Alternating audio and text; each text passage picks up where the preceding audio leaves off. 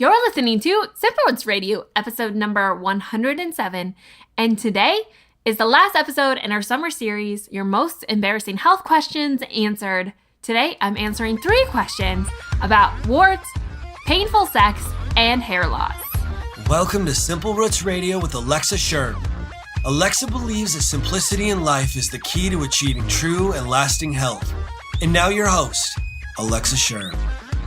Welcome back to this podcast. My name's Alexa and I'm the host. This is the place to get healthy, live happy, and find more joy. Today is the last podcast in our summer series of Your Most Embarrassing Health Questions Answered, and I'm so excited to dive in. I couldn't pick just one more question, so I wanted to answer 3, again, of the most popular questions that I get right here. So we're going to dive into warts from all types and how to get rid of them naturally, as well as painful sex and thinning hair. I think these are pretty great topics and probably questions that you have too, or if you don't have them now, in some point in your life, you probably will. So stay tuned. But before we get to the show, I just want to remind you that there are 5 other episodes in this series of Your Most Embarrassing Health Questions. We've answered everything from body odor to how to tell if your poop is healthy or not. I mean, we answered everything. So make sure you head back over the show notes at simplerootswellness.com/107 to get all of the other episodes in this series, as well as more information about what we're going to talk about today. And while you're there, make sure you sign up for my email list because on there, I have some special things, free classes coming out your way. So make sure while you're at the show notes, you sign up for my free weekly newsletter and you'll get all the details inside. Okay, now let's get right to the show because I promise that these bonus episodes are quick and short and effective, so that's what I want to do. First up, we're going to talk about warts. Now, there are a lot of different types of warts, and we're not going to get into the specifics of all of them just for the sake of the length of the show.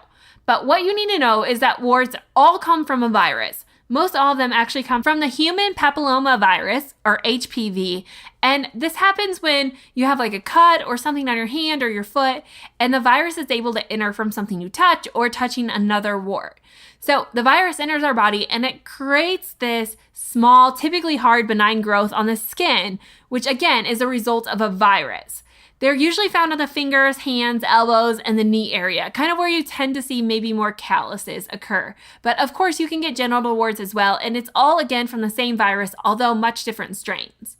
So why do we get warts? Well, again, it's due to a virus entering our body. So some believe that maybe more people are susceptible to warts, especially if they have a compromised immune system. And we see them more often in kids who are really developing their immune system still. So yes, there are times in our life when warts are more common, especially during pregnancy, or again, when you're a child or have a compromised immune system. Maybe you have another virus going on and you picked up something else as well. So we can see warts in all different parts of this. Now, the big question I get with warts is, does it really matter if you wear shoes in a public shower? And here's the deal. Yes, warts are contagious. It's a virus and it can spread like any other virus. And so if you're walking around on the floor of a public restroom or a shower unit barefoot and you have a small cut or you touch an area that's been infected with someone else's virus, then yes, you can pick that up yourself. In fact, there's been studies done that show a 30% increase in wart rates for those people who walk around barefoot in public showers. So again, in the summertime, we often see warts pop up, and it really is believed because of pools and showers and bathrooms where maybe you're using them outside and not at home as often.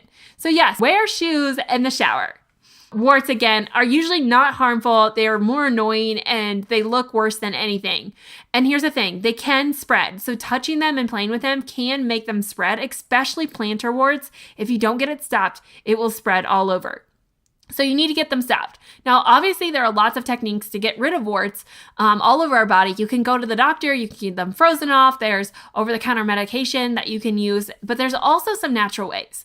Now, my kids have had warts in the past, and I have done different treatments for them and myself that have really been effective. So I'm going to give you a few of the things that I've done, as well as an additional few things that you could do. One is, for my kids, is that I just used electrical tape to basically kill the warts. Now, this works because warts need oxygen in order to grow and to thrive. So basically, by taping them off, you're preventing the airflow, which then kills the wart, and some say the virus, although that's debatable. You'll often hear this method used with duct tape. However, I felt like duct tape was kind of abrasive to the skin, and so instead I used electrical tape. You have to buy the really good kind of electrical tape, and then you just basically tape it off. Now you want it to be taped on fully without any air contact for a solid week to 2 weeks. This seems impossible with kids, and what I had to do was put the electrical tape on and then put Band-Aids on. And for whatever reason, I had to keep applying them. Now, when I did this to myself, it really stayed on really well. And so I didn't need to reapply as often. But for the kiddos, I had to do it multiple times a day. Now, if it becomes sensitive under there, because the kids were falling off, I would let them take baths without it on, but I would always reapply it every night. So trying basically to prevent the airflow as much as possible for the first 2 weeks, and then you again take it off, let them soak in a bath, let them have it off overnight, and then put it on the next day. So you just repeat this process until the wart is completely gone. For one of my girls, it only took probably 4 weeks for this to happen, which seems like forever, but it really is a non-invasive way to do this, and you don't notice the tape there. Like, it doesn't make it hurt anymore or anything like that. So it went away completely. We never had to deal with it again. Now, for me, I wanted to try something else. So I did the apple cider regimen, which basically is just apple cider soaked cotton ball, and you put it on the wart and then you put a bandage over it. And you want to do that consistently again over time. This is a much quicker way to get rid of the warts. However, it can be more painful. And the first day after I did this, it was so sore. But it really went away quickly. And then I was able to do it. Now, it did make my wart go away, but it came back. So I'm concerned that it didn't kill the virus. It just got rid of the wart itself. And it did come back. So I'm going to try the tape version for me as well. Now, I have heard that if you mix apple cider vinegar with some kind of essential oil like oregano oil or frankincense is known for this, it can then help kill the virus itself. So to do this, you basically take some apple cider vinegar with, take a teaspoon of or a tablespoon of apple cider vinegar and a couple of drops of frankincense oil. Some even say adding a few drops of coconut oil as a carrier, and you soak a cotton ball in that. Place it on the wart and tape it on, and you just continuously repeat that again until the wart is gone. Now, I think if you have a plantar wart for adults, you also need to use like a pumice stone and really scratch off the wart too, which sounds really disturbing, but that is really, again, how you get rid of the wart. So you just keep repeating these natural remedies until they're gone.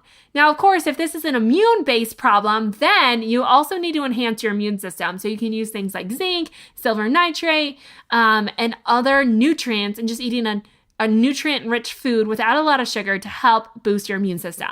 So that's the little take on warts. If you have warts, make sure you head on over to the show notes, and I'll share more of those natural remedies for you to try out. But like I said, I found them to be effective on my family and myself, and I think you will as well. Okay, now we're going to move on to painful sex. Painful sex is not as common as most people believe. Now, however, there is always going to be pain from time to time, but extremely painful sex, I always say, is something that warrants going to the doctor. This is a subject that I don't play around with very often because there's a lot of causes of painful sex. Some can be really serious. Some are not serious at all. So how do you tell if you need to go to the doctor? I would say persistent painful sex.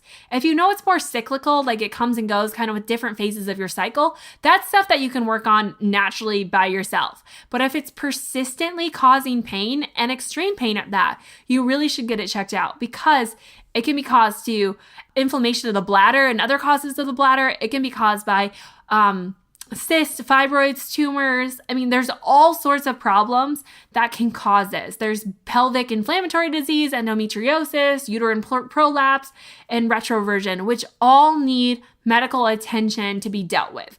So I'm not going to touch on this one too much because I really think it's a sensitive subject and I don't want people to live in pain too long from something that's supposed to be intended to be really healthy for us. And so if you're having painful sex, always go to a medical professional. Now, however, if you feel like it's just caused by dryness, that can be dealt with, right? Like we can increase lubrication naturally. That's hormonal changes. And also if you think it just is cyclical. So sometimes people will experience painful sex and just pain in their pelvic region when you're ovulating. This is a really common time. And not that you want to see that, but it is a signal that something hormonally is going on, but it can be fixed. And so if you're having pain during sex, I think one, you should get it checked out by a doctor, but two, balancing your hormones is always going to help. Making sure that you you pay attention to your cycle, you know your cycle, and you start fostering that. I have lots of podcasts on cycle syncing. I have the 5-day hormonal reset, all of which I'll link up in the show notes that can help you to recalibrate your cycle and your hormones. And again, increase lubrication and even increase the thickness of your vaginal wall, which can all help prevent that. Now, there are other things like your pelvic region or your pelvic bones being out of whack and misaligned, and your uterus could be tilted. So there's a lot of other things which can be helped by things like chiropractic adjustments, yoga, inversions, acupuncture. All of those things really can help realign your pelvic region to be in a healthier position. And something that we're going to talk about next week on the podcast is really just strengthening your pelvic floor. This is really common, especially if you've given birth, is that women's pelvic floors are so weak and incapable of really staying healthy. And so strengthening your pelvic floor, which again, I have an expert on that's going to talk all about that next week, can be so beneficial. But again, if you're having painful sex, make sure that you go to the doctor. If they rule out the main issues, then look naturally at it. Try fixing your hormones and try some other things like even inversions and chiropractic adjustments to help realign that. So that's my 2 cents about painful sex. I know I'm flying through this. If you have more specific questions, make sure you email me at alexa@simplerootswellness.com and I can help you out further. But painful sex should not happen. It should not occur. If it's cyclical, of course, sometimes there can be discomfort, but really at the end of the day, it should not be painful at all. So if it is, get help. The last question that I'm going to answer quickly here has to do with hair loss and hair thinning. Now, what they're finding is that more and more women are dealing with hair thinning and hair loss at an early age, like even in the 20s and 30s. Most of this is going to be linked to PCOS, which is an imbalance in testosterone and estrogen, causing a host of other things, but one of them is just being hair loss. Now, this has to do with a conversion to testosterone and actually a metabolite of testosterone. And what happens is that it interferes with the hair follicles and actually makes the hair fall out of the follicle. Now we see this again in men and balding. This also is a testosterone issue in many cases. Some people think it's quote unquote genetic, but our epigenetics is regulating that. And yes, while men do have a gene to bald, it really boils down to their testosterone levels and the conversion of testosterone into different forms. So testosterone troubles really is the number one cause of hair thinning in men and in young women. However, we're also seeing that this testosterone imbalance can be linked back to insulin sensitivities or insulin imbalances. So our body maybe is taking in too much sugar and it throws our insulin way out of whack, which is going to disrupt our ovulation and signal the ovaries to make more testosterone. So yes, too much sugar, too much insulin can actually signal in our ovaries in women to make more testosterone. The same goes for men, throwing the testosterone all out of whack, causing this imbalance, which then again goes back to the metabolites that use testosterone to cause this hair follicle issue. So one thing, again, is balancing your hormones, which is always going to be the cause in many of these problems because our hormones really do run our show. But getting rid of sugar or our sugar imbalances can really help with that. Another thing is excess estrogen can cause it. So different points in your cycle, we also see this post-pregnancy due to the drop in estrogen. So essentially what estrogen is going to do for our hair is it's going to increase the resting phase, meaning the hair will naturally shed, right? But it's going to increase the length of time before it sheds off. So once we have a drop in estrogen, like after giving birth, you'll notice a spike in hair loss, and that's just due to excess shedding. That doesn't mean you won't grow it back. It's just meaning it's falling out at faster rates. And once your estrogen levels even out, you will get that back. And the last most common thing is thyroid imbalances. However, they think that thyroid imbalance is less likely to cause hair problems than is something like PCOS or the insulin imbalance, which again is really, really common in this day and age. But thyroid imbalance, again, are highly dependent on vitamins and minerals. So if you're deficient in micronutrients, you will see more stress on your body, which will cause an increase in hair loss. So those are the main reasons for hair loss is occurring. How do you get it back? Well, basically you want to make sure that you have adequate amounts of micronutrients, so vitamins and minerals. You're trying to de-stress or work on stress as much as you can in your body, and you're balancing your hormones, which means you're taking into account your blood sugar and you're really just doing cycle syncing. Again, a lot of this is always going to boil back to hormones. Fixing our hormones. There's so many symptoms that have to do with hormonal imbalance. It's crazy. And yet, Fixing our hormones is really not as difficult as it's out to be. I have a quick 5-day hormonal reset that can help jumpstart your body to do what it's designed to do and to give it the environment to do that. So make sure you head on over to the show notes at simperitswellness.com/107 to get more information about that. But other natural fixes to help with hair loss or to help prevent hair loss is one, to go back and listen to the dandruff podcast because dandruff can cause hair loss. But more than that, you could take more collagen in because collagen helps your skin, hair, and nails. Also, doing scalp massages with essential oils can be beneficial. So I'm going to link over in the show notes a little spray that you can do that you can help increase hair growth and maintain it so you can prevent hair loss. But the biggest culprit, again, in hair loss is going to be your hormones. So you have to fix your hormones first, and then you can start doing these other things to help maintain your hair and to help it to grow.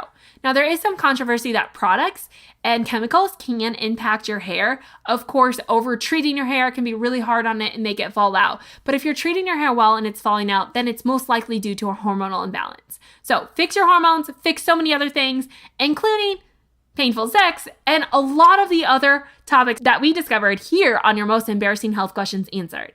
Now, I know that was quick, and I know I went through 3 questions, but again, like I said, you can find all the natural remedies over in the show notes at simperitswellness.com/107, and I hope that was insightful. I hope I answered so many of your most embarrassing health questions so you don't have to turn to Dr. Google all the time.